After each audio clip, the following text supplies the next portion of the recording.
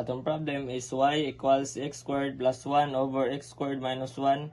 So ang formula is d over x dx, close parenthesis, u over v, that's equals to v u derivative, gamitan siya quotient rule, then u derivative equals u derivative v over v squared. Tas ang kuha mo ang iyang given. So u equals x squared plus 1, tas iyang u derivative is 2x, tas ang v kay x squared minus 1, ang derivative v is equals to 2x. So imo siya i-write sa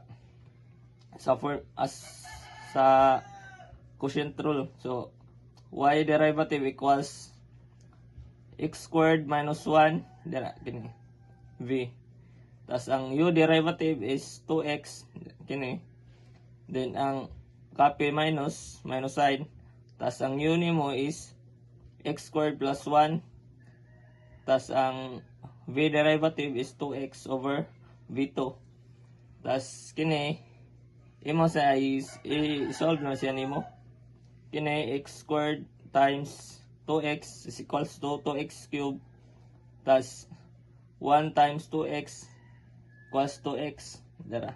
Copy the minus sign. Tas kini, copy na sa minus sign. Tas x kini, multiply. X squared times 2x is equals to x cubed. Copy the plus sign. Tas 1 times 2x is equal to 2x over v2. Tas y derivative is equals to, cancel out na dahil siya. Ang 2x cancel out, dahil copy, negative 2x. Positive 2x, i-minus mo na siya. Ako na nag-change sign largo. Nahimon siya positive, nahimon plus ang kining minus, tas ang positive, nahimon negative over v2. Tas ang answer is y equals negative 4 over v2. So atong problem 2 is y is equals to v squared plus 3 multiplied by v squared minus v plus 1.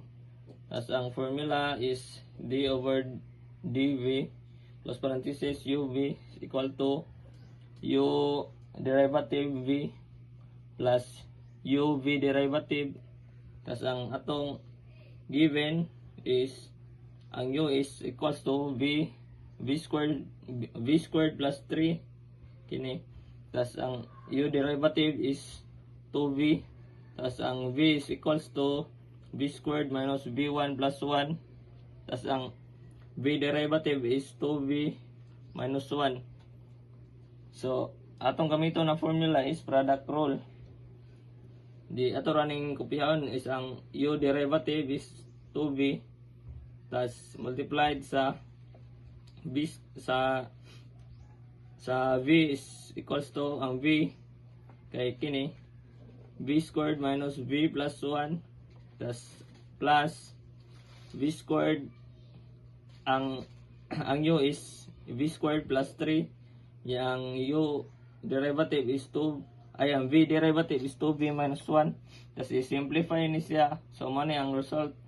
Tas ang kini imo pa ni i-simplify pigid nimo, ang y derivative is equals to kining i-add nimo kining 2 ang pareha og variables is add ni ang v3 og kini i-add ng duha ka v3 equals to 4v cube, tas copy the sign minus, tas mangita sa kag variables na v2 mo ni v2 kini duha ka v2 i-add ni siya mo ng v3 ato 3v squared kini i-add, cancel out na ni kini ang result. Tas copy the plus sign, tas 2v mangita kag v ra ang variables kini duha 2v plus 6v is equals to 8v.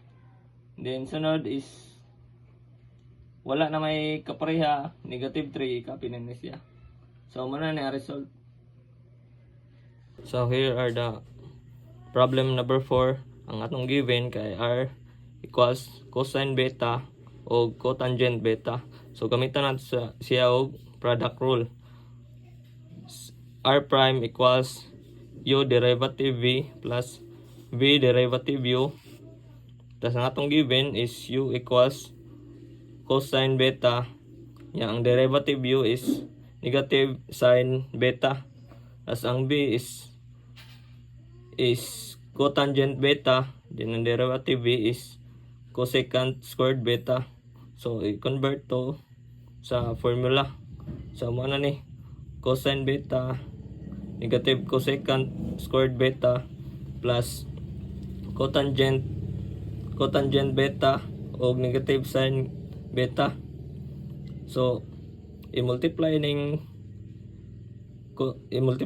duha. So ang multiply sa cosecant beta ug sa negative cosecant squared beta is cosecant squared beta o cosine beta.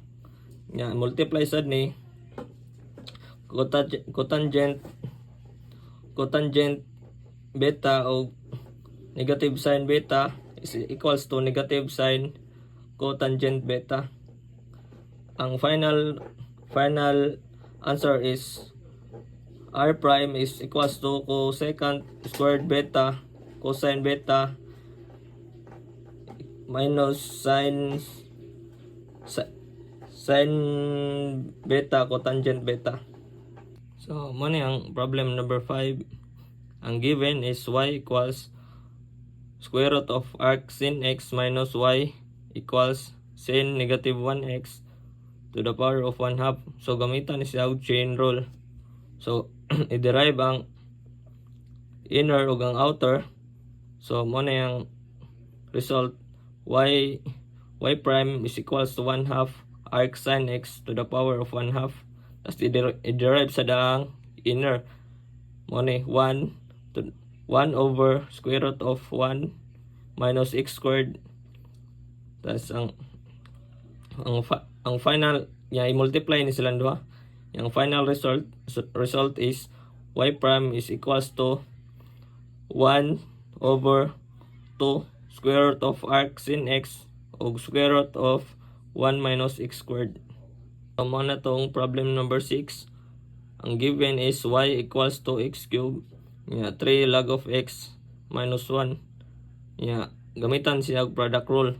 So ang atong formula is y prime is equals to u dv plus v derivative u. Tas mo na ikaw na to ang u is equals to x cubed. Tas ang derivative u is equals to 3x cubed. Tas ang v is equals to 3 log of x minus 1. Tas derivative v is equals to 3 over x. So substitute to formula. So mo ni y prime is equals to x cubed times 3 over x plus 3 log of x minus 1 times 3x squared. Tas i-multiply ning duha. So mo ni 3x cubed. Multiply sa ni yung duha. Copy sign positive plus. Mo ni 9x cubed log of x minus 3x cubed. So cancel out ang 3x cubed. Cancel out ang 3x cubed. Mo ni ang result 9x cubed log of x. So itong problem number 7, ang given is y is equals to x squared log of x. Tas gamitan siya og product rule. So ang formula sa product rule is y prime is equals to u derivative v plus v derivative u. Ang atong u is x squared. Tas itong derivative u is 2x.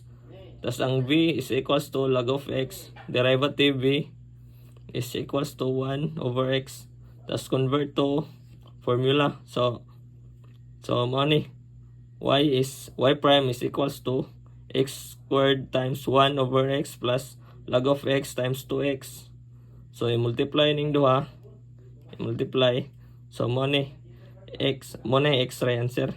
Tas plus copy the sign. Yeah, multiply ang log of x og 2x. So mo na ang final result. Y prime is equals to x plus 2x log of x.